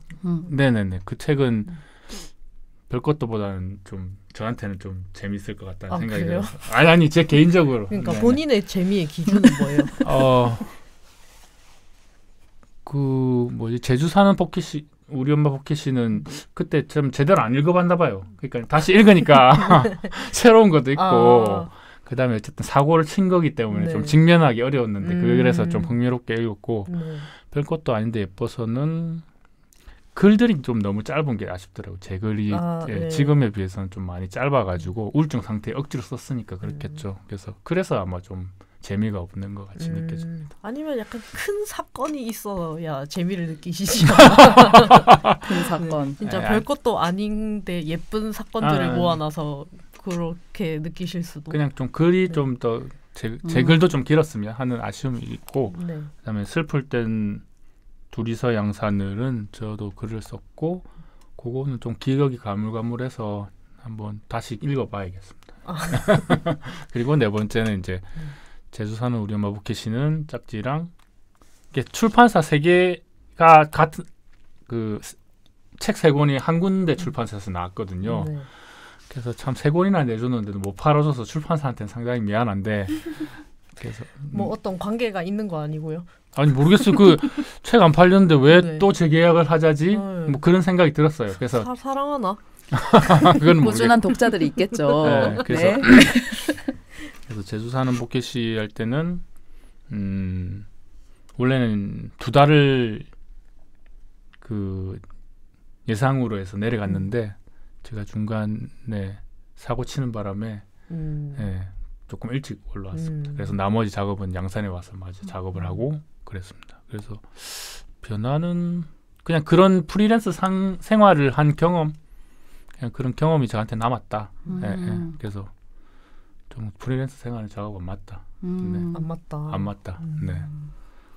건영님 말씀 들어보면은 그 아까 전에 초반에 말씀하실 때도 그랬는데 주변 사람들이 많이 도와준다, 안전한 그런 환경을 만들어준다, 그리고 같이 사는 짝지분이 굉장히 또 이 부분을 잘 이해해주고 또 여러 가지로 도움이 되는 그런 행동이나 이런 걸 제안해 주시기도 하고 하는 것 같은데 이 처음에 그 건영님이 이렇게 깊은 우울증상에 빠지고 하는 부분에 대해서 짝지님이 아셨을 때 어떤 반응이셨는지 그리고 그거에 대해서 설명을 어떤 식으로 하셨는지 궁금합니다. 저는 제 삶을 우울증이 상당히 오랜 기간 지배를 했기 때문에 우울증을 얘기하지 않으면 제가 설명이 안 돼요. 그러니까 그게 기간이 짧으면 그걸 없애고 얘기를 할 건데 저는 이제 우울증 기간이 이제 중학교 2학년 때부터니까 그걸 빼고는 설명이 안 돼서 항상 사람들 만나거나 할 때 쉽게 우울증 얘기를 해요.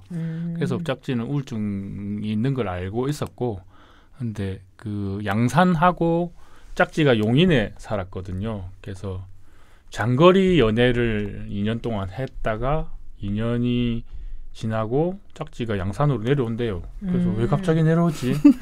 연고도 없는데 혹시 당황했죠. 왜냐하면은 2주에 한 번씩 장거리 연애할 때는 그래도 좀 좋은 모습만 볼 수 있었는데 내려왔을 때 이제 내가 우울증 상태인 걸 보면 실망하지 않을까 그런 좀 걱정이 있었는데 내려와서 그냥 그런 모습을 보는데도 그냥 뭐 변함없이 있었고, 그다음에 그렇게 좀 엄마 집과 짝지 집을 왔다 갔다 이렇게 할 때도 그런 모습이 있었는데 그냥 있었고, 엄마 집에서 독립해서 나아갔고, 이제 같이 살 때도 네.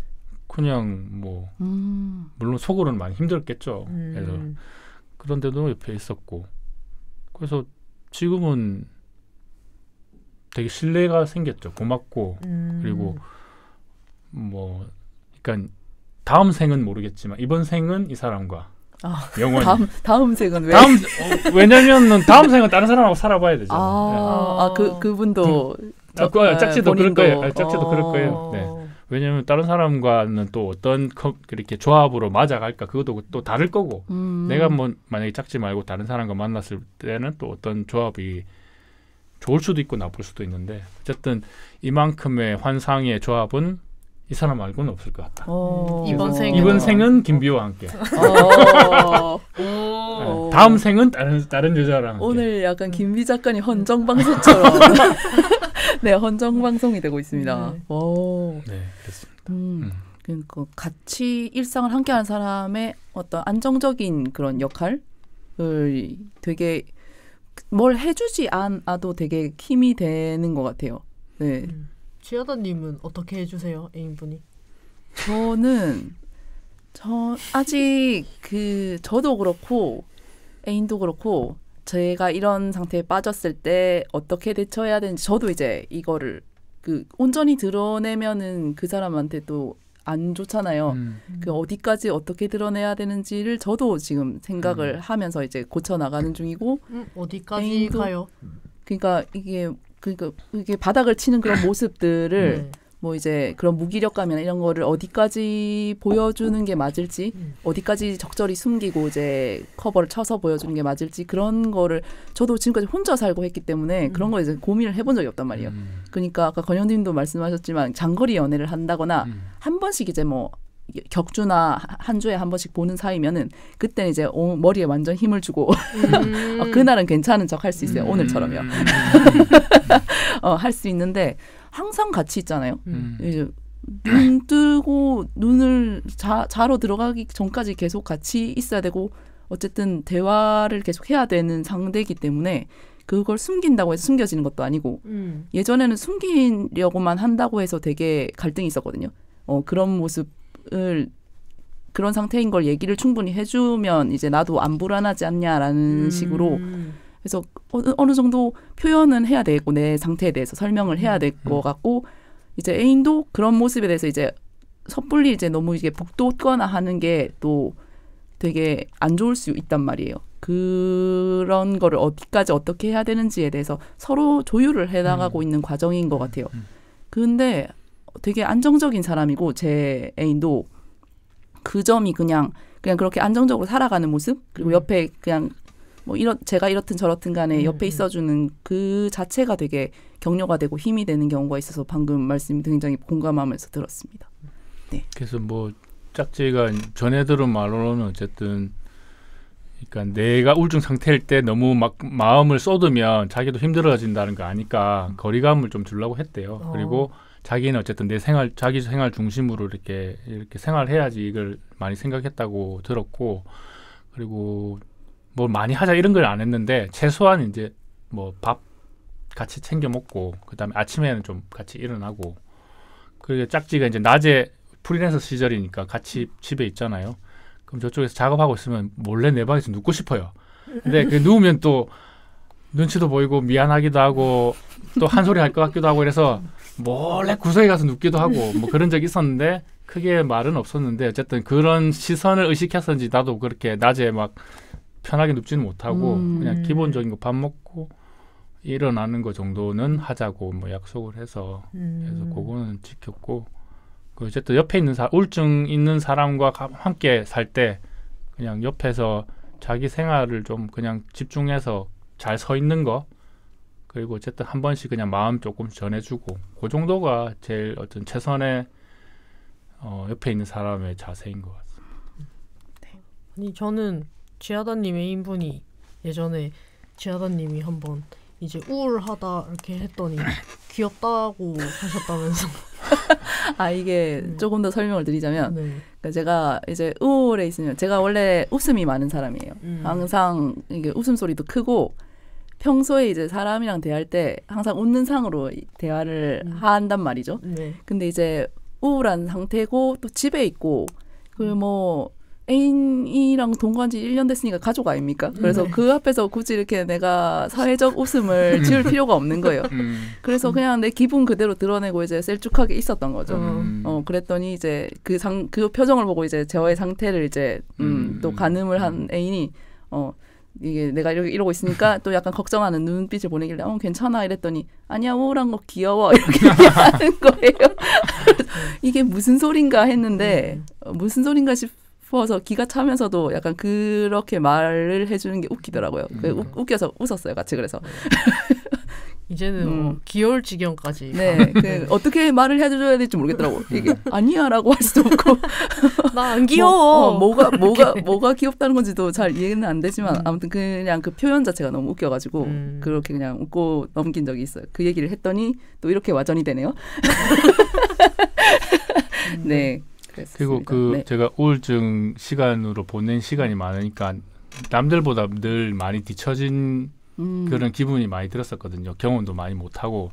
그래서 바닥에 있다가 나오면 뭘 하려고 애를 많이 썼던 것 같아요. 애 써서 뭘 해보려고 하고 모임도 가보고 이것저것 시도도 해보고 막 많이 했었는데 그게 또 와르르 무너지면 또 힘들어지고 또 이렇게 너무 빡빡하게 돼 있으면 그걸 또 지켜내려고 하는 긴장감이 톡 끊어지면 와르르 무너지는 그 느낌이 너무 싫어져. 그러면 또 일은 버려놨는데 맞아요. 또 숨고 싶고 그것을 끔찍하게 많이 반복했는데 최근에는 그냥 뭘 애써서 하는 거가 없는 것 같아요. 그냥 좋아서 하는 거지. 그리고 애써서 또 내 밝은 척 하려고도 안 하고 그 회사에서 보면 제가 조용한 컨셉을 짓고 있거든요. 원래 그러니까 제가 말 많은 사람은 아닌 것 같고 회사에서 뭐 차 얘기하고 집 얘기하고 뭐 맛집 얘기하고 뭐 이런 뭐 몰라 하나도 모르겠어. 관심도 없고. 처음에는 그냥 그게 내가 너무 못 어울리는 것 같고 막 이런 생각했는데 그냥 나는 과묵한 사람으로 캐릭터 잡자. 그래서 그냥 조용히 있고 뭐 핸드폰 보고 일 열심히 하는 사람. 그러니까 일 열심히 하는 걸로 지금은 그냥 인정은 받는 것 같은데. 근데 인정받는 것 전에 한 1년 6개월 정도 사고를 엄청 많이 쳤어요. 네. 뭐 적응기가 있는 거니까요. 네. 남들보다 좀 늦은 것 같아요. 적응하는 게. 그래서 그런 시간이 있었어요. 근데 지금은 그냥 있는 그대로 뭐 애쓰지 않고 저는 애써서 이제 살고 싶지 않거든요. 그냥 내 순간에 집중하면서 그렇게 지내고 싶고. 근데 그렇게 마음이 편해지니까 재미있는 것도 많이 생기고 하고 싶은 것도 많고 자연스럽게 이렇게 밝은 모습이 나온다고 해야 되나? 예전에 애써서 그런 모습이 나왔다면 지금은 그냥 애쓰지 않고 있는데 그냥 자연스럽게 좀 재미있을 때는 또 웃고 밝고 뭐 그런 것 같아요. 네. 그러니까 저는 약간 과묵한 권영님이 약간 상상이 안 되는. 회사에서의 과묵한 캐릭터입니다. 네. 일로 만나야 과묵한 캐릭터. 그러니까 제가 좋아하는 사람들 그리고 또 지금은 잘 지내고 있는 상태잖아요. 그 회사에 다니기 초반기만 할 때는 어디 가는 데도 없었고 별로 없었어요. 그 관계들이 없었는데 하나씩 조금씩 생기기도 했고 그럴 때는 제가 이제 자주 가는 책 모임이 있었는데 거기 가도 말도 하는 것도 어렵고 근데 그냥 조용히 뭐 큰 내색 안 하고 반겨주니까 고마운 거죠. 그래서 그때는 조용했어요. 네. 지금은 좋아하는 사람들 앞에서는 또 제가 모르는 권영님의 모습이 있겠죠. 오케이. 근데 진짜 그 우울한 시기가 딱 끝나갈 무렵에 상태가 잘 좋아지면은 진짜 전에 의욕이 무기력한 상태니까 의욕이 없다가 의욕이 이제 점점 차오르면서 약간 경조증 비슷하게 오는 경우가 있어요. 그래서 아까 말씀하셨다시피 그 시기에 말도 안 되게 일을 막 벌리거든요. 이거 밤새면 할 수 있을 것 같은데? 이러면서 이거 이틀 밤새면 할 수 있을 것 같은데 하면서 다 할 수 있을 것 같고 갑자기 전능감에 사로잡히는 막 그런 게 있는데 그게 그러니까 되게 신기한 게 진짜 우울할 때는 내가 한 번도 밝았던 적이 없는 것 같고 과거에 단 한 번도요. 단 한 번도 밝았던 적이 없는 것 같고 막 그냥 괜찮을 때는 내가 과거에 단 한 번도 우울했던 적이 없는 것 같아요. 그러니까 그때를 서로 기억을 제대로 된 시각으로 하지 못하는 그런 게 있는 것 같고 그게 이제 그 잘못된 것을 계속 반복하는 거겠죠. 우울해졌다가 좀 회복되면 이제 이렇게 자신의 페이스를 알고 적당히 이제 흘러가는 대로 지켜보는 이런 자세가 필요한데 갑자기 이제 좀 지금까지 못했던 것들이 있으니까 초조하기도 하고 이제 막 다시 막 일을 벌리는 그런 사태로 돼서 이제 또 이제 그 악순환이 반복되는 거를 다시 시작하게 되기도 하던데 그래서 저도 이거를 지금 이 시기가 지나갈 거라고 저는 완전히 생각하거든요. 이게 몇 번 왔다 갔다 했던 거기 때문에 또 이게 지나갈 무렵에 그때가 진짜 주의해야 할 때다라고 저는 지금 생각하고 있고 네.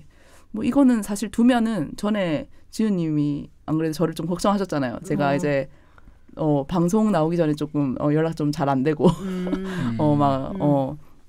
막 잠을 너무 많이 자고 막 이런 부분에서 좀 걱정을 하셨었는데 내가 아니요 별로 걱정 안 했어요. 그때 말로는 걱정한다고 했거든요. 했는데 그때 제가 그렇게 했었잖아요. 이거 두면은 그냥 지나간다고 그게 저 완전 진심이거든요. 그냥 이게 그렇게 심각한 뭐 더 심각해질 수도 있겠지만은 웬만하면 이걸 그냥 잘 붙잡고 가면은 사라질 그런 상태라서 이제는 이게 반복되니까 조금 앞을 내다보는 그 시야가 넓어지는 것 같기는 해요. 저도 조금 잘 지내고 할 때 일을 하고 싶은 게 있더라도 좀 조율을 하려고 해요. 그러니까 너무 벌리지 말고 너무 이것저것 하려고 하지 말고 그거를 항상 생각하려고 해요. 그럼 지치거든요. 네. 그 지치지 않는 선 안에서 이렇게 배치를 좀 잘 하는 거 그게 저한테는 필요한 것 같더라고요. 결국 같이 가야 될 어떤 병이니까 이게 완치되는 분들도 분명 있겠지만은 완치라기보다는 이거 약간 관리하는 그런 병으로 많이 알려져 있더라고요. 그래서 결국 이렇게 같이 가야 된다고 하면은 그렇게 패턴이나 앞으로 그러니까 이 패턴에 따라서 내가 어떻게 해야 될지에 대해서 알아가는 거, 나 자신에 대해서 알아가는 거 그게 되게 중요한 것 같습니다.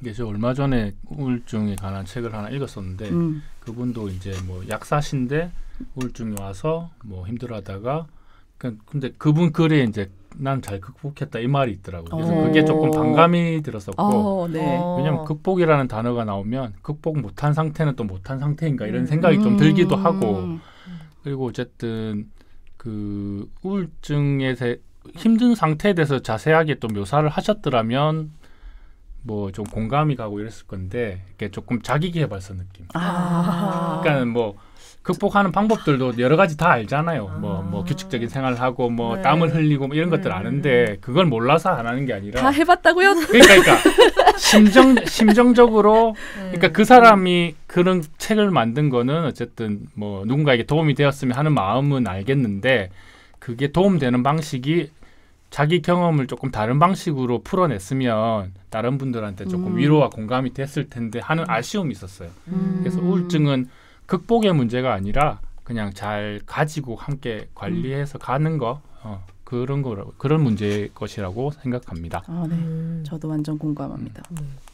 저는 약간 개인적으로 궁금한 게 있는데 뭐라 해야 되지? 그냥 질병도 약간 뭐라 해야 되지? 일하다가 다친 약간 그런 사회적인 질병이 있듯이 우울증도 정신건강도 약간 그런 영향이 있지 않을까 생각을 하거든요. 우리나라도 그 자살률 1위 OECD 국가 1위고 그 뭔가 사회적인 거랑도 되게 연관이 많을 것 같은데 아까 방금도 내가 일을 얼마나 많이 벌리느냐에 따라서 좀 약간 그 리듬도 달라진다는 말씀도 해주셨고 그래서 혹시 이게 뭐라 해야 되지? 뭐 우리가 다 같이 뭔가를 할 수 있거나 뭐 그런 방법이 있을까요? 아니면 누군가에게 해달라 이렇게 요구하거나 뭐 나라에 이렇게. 그러니까 그 우리나라 사회가 어쨌든 성취 위주의 경쟁 위주의 사회다 보니까 조금 뭐 느리게 있거나 가만히 있는 거를 뒤처졌다고 많이 생각하고 본인들도 그걸 그렇게 느끼거든요. 저는 어쨌든 왜냐면 뭐 29년의 우울증 역사니까는 잠으로 보낸 시간이 얼마나 많겠어요. 그래서 한때는 참 내가 잠으로 낭비한 시간이 너무 많다 이렇게 생각했는데 그건 그거고 그냥 나는 뭐 열심히 살 생각 없고 그냥 남은 시간 내 삶을 행복하게 사는 게 소명이다 이렇게 생각하거든요. 그래서 다양한 속도로 살고 있는 사람들의 이야기가 많이 나오고 느리게 살아도 괜찮고 생산성이 없어도 괜찮다. 그냥 살아있는 거로 괜찮다는 얘기를 많이 하는 분위기가 되면 그냥 조금 더 이 우울증이라는 질병을 쉽게 꺼내놓을 수 있고 또 함께 가는 것이라고 많이 인식하는 사람도 많이 생기지 않을까 생각됩니다. 네. 굉장히 좋은 말씀 네. 해주셨어요. 왜요? 이렇게 좋은 말씀 끝에 네. 코를 한번 먹으셔서 근데 진짜 네 전부 다 대공감입니다. 이게 그런 우울증이 뭐 모든 게 그러니까 너는 뭐 때문에 우울해? 라고 말할 정도로 전혀 어떤 인생에 있어서 어떤 사건 사고가 없어도 찾아오는 병이거든요. 그런데 그거 자체에 대해서 일단 죄책감을 느끼게 하는 게 이 사회 분위기란 말이죠. 네가 의지가 부족해서, 맞아. 네가 마음을 힘줘서, 네가 마음을 긍정적으로 먹지 않아서 매사 부정적으로 생각하니까 그렇게 되는 거 아니야? 이런 식으로 얘기를 하는데 그런 그게 부정적인 생각이 받아들여지지 않고 이해받지 못하는 그런 어떤 우리의 그 꽉 막힌 소통 구조 이런 것도 그 병증을 악화시키는데 되게 큰 영향을 미친다고 저는 생각하고 맞아요. 확실히 개인적으로 뭐 그 우울증이 발병하거나 불안이 이제 고조되거나 하는 사유들은 다 개인적으로 다 다양한 이유가 있겠지만 전반적으로는 그런 사회 분위기가 큰 역할을 하고 있다고는 봐요. 악화시키는 데는 확실히 큰 영향을 하고 있다고 보고 있습니다. 네. 저도. 맞아요. 그러니까 학교에서 학교를 안 다니면 맞아. 그거 되게 뭐라 하고 그리고 이제 뭐 재수를 한다 이렇게 하면 1년 2년 늦어지는 건데 되게 큰일 나는 것처럼 하고 그리고 또 막 졸업하고 나면은 또 바로 취직을 해야 돼. 약간 취직하면 결혼하고 결혼하면 애 낳고 또 그 모든 삶의 단계 또 모든 클래스들이 있잖아요. 1급부터 9급까지 있잖아요. A급, 다. B급, C급 네네. 그렇게 하나하나 나노로 판단하는 그런 것도 되게 해로운 것 같습니다. 그냥 우리나라 사람들 참 패션에도 민감하고 진짜 헤어스타일에도 민감하고 남의 외모에도 굉장히 관심이 많고 맞아 머리 짧으면 그냥 남자인 줄 알아. 갑자기 진짜 쉬워 젠더 교란 젠더 트러블 그 자체.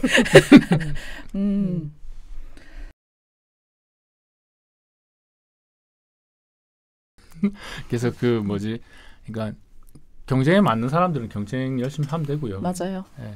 잘하는 사람이 있고 또 성공하는 사람이 있으면 또 느리게 하는 사람도 있고 또 열심히 안 사는 사람도 있고 그래서 나는 열심히 안 사는 사람 할래.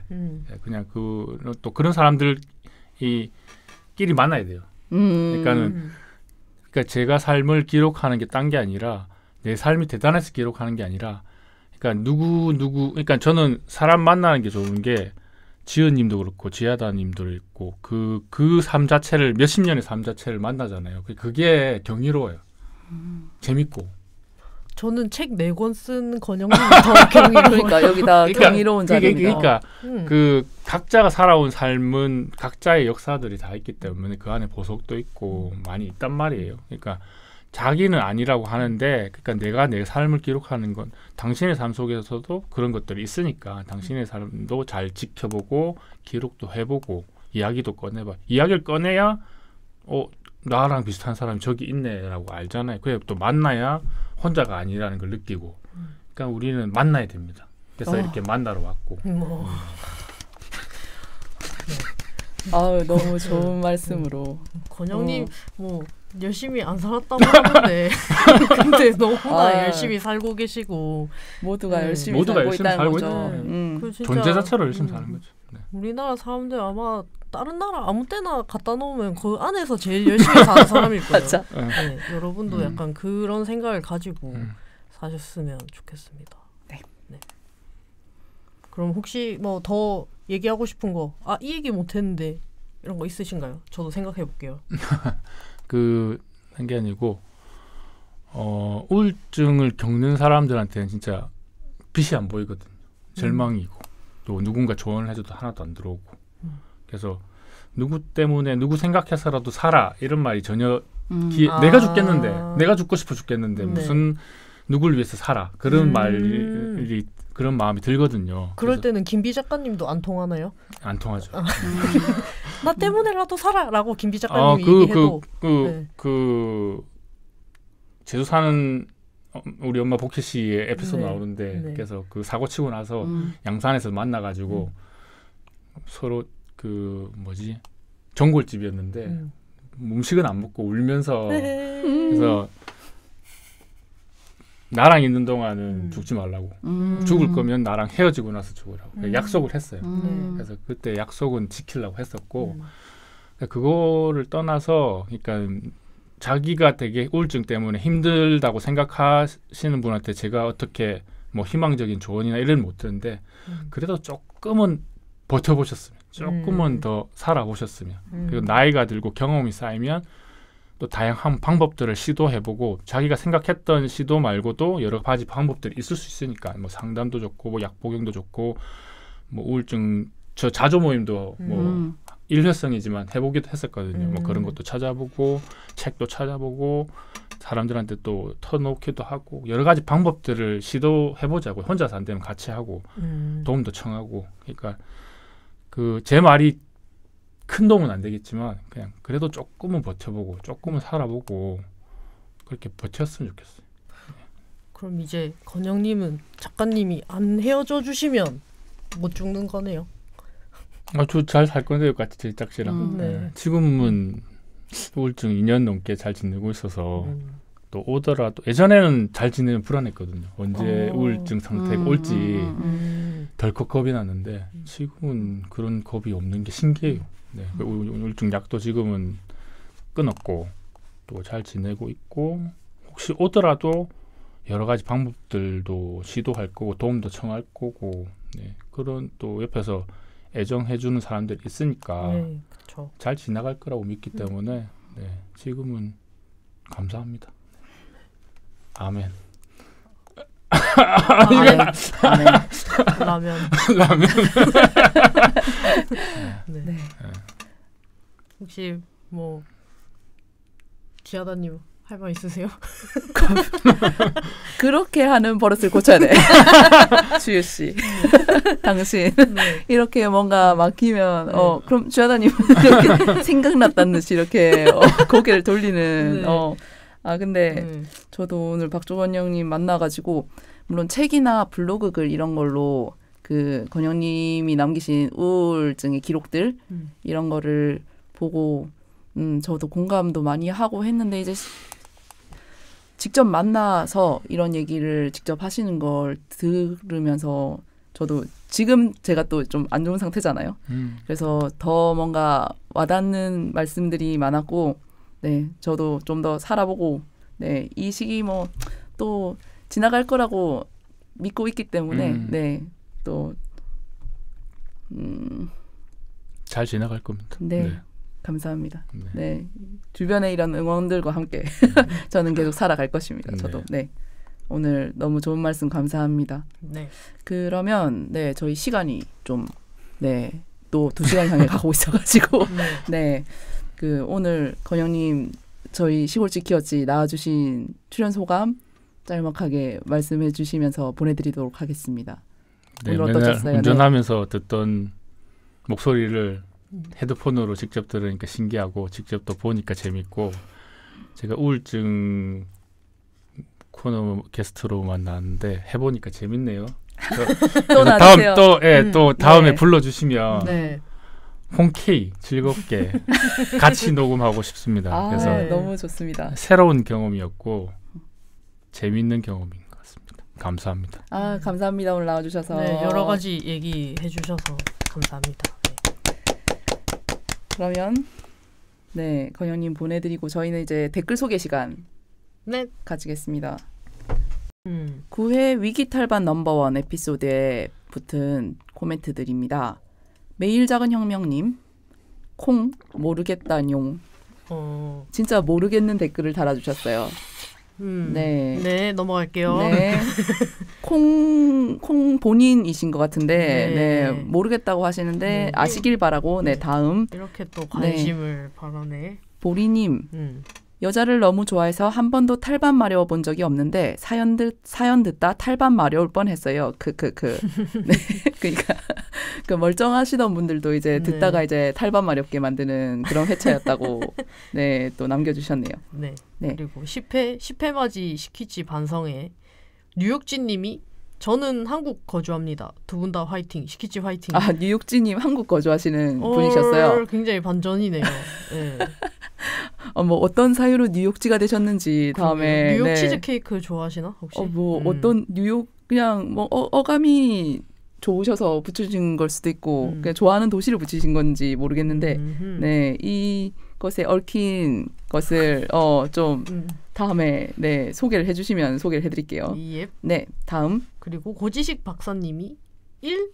벌써 10회라니 띠용띠용띠용 물음표 2. 팟빵에는 팟캐스트 제목 말고 채널 설명에 퀴어라는 말 들어가도 퀴어로 검색했을 때 뜨긴 하네요. 아직은 너무 아래쪽 있지만 제가 이거 보고 퀴어로 검색해서 한번 찾아보려고 했는데 네, 아직 못 찾았어요. 퀴어로 검색해서 찾을 생각하지 마세요, 여러분. 네, 그리고 3. 추임새 신경 안 쓰셔도 될 것 같아요. 전혀 안 거슬려요. 네, 그때 지하다님이 반성하셨었는데 네, 크게 반성했는데 뭐 감사합니다. 뭐 신경 안 쓰셔도 될 것 같습니다. 예. 4번까지 있네요. 네, 퀴어 콘텐츠 소개도 재밌을 것 같아요. 네, 이것도 저희가 지금 생각을 하고 있죠. 네. 아직 뭐 구체적인 생각은 아닙니다만 생각만 하고 있습니다. 네. 그리고 이모티콘이 안 되네요. 물음표 저거 박수 짝짝 이모티콘 3개입니다. 지금 고지식 박사님이 1번으로 달아주신 벌써 10회라니 물음표가 한 뭐 12개 달린 것 같아요. 그러니까 저게 물음표였어도 사실 그렇게 크게 이상한 점을 못 느꼈어서. 그러니까 벌써 10회라니? 네, 물음표? 네, 크게 놀라신 건 줄 알았는데. 근데 그게 아니고 벌써 10회라니? 박수였군요. 였습니다. 네, 감사합니다. 그리고 보리님.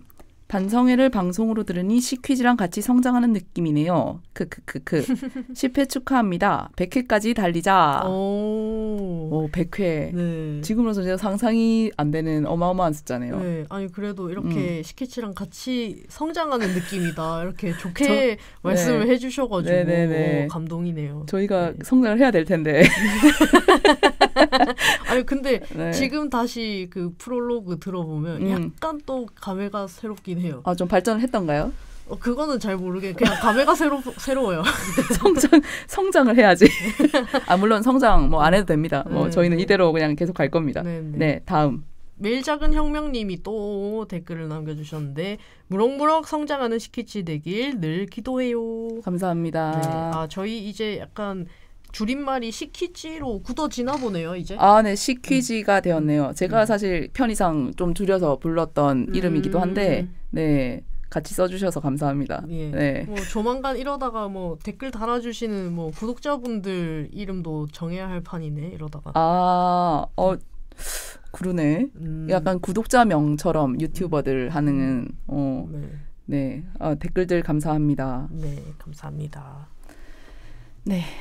그러면 이번 방송은 박조건 형님 모시고 이렇게 꾸려봤습니다. 네. 들어주셔서 감사합니다. 이렇게 끝낸다고? 다른 엔딩. 아니요. 우리 그러니까 엔딩을 좀 정해야 될 것 같긴 해요. 엔딩 다른 버전. 엔딩 다른 버전? 네, 오늘 방송은 여기까지입니다. 네, 오늘은 여기까지. 근데 이거는 영국 남자 거잖아요. 그래? 네, 영국 남자가 오늘은 여기까지. 뭐 9시 뉴스 데스크에서도 이렇게 하잖아요. 안녕히 계십시오, 여러분. 지금까지 9시 뉴스였습니다. 네, 지금까지 시퀴지가 아니지. 네. 지금까지 시골지 키어찌였습니다. 안녕. 이게 낫네.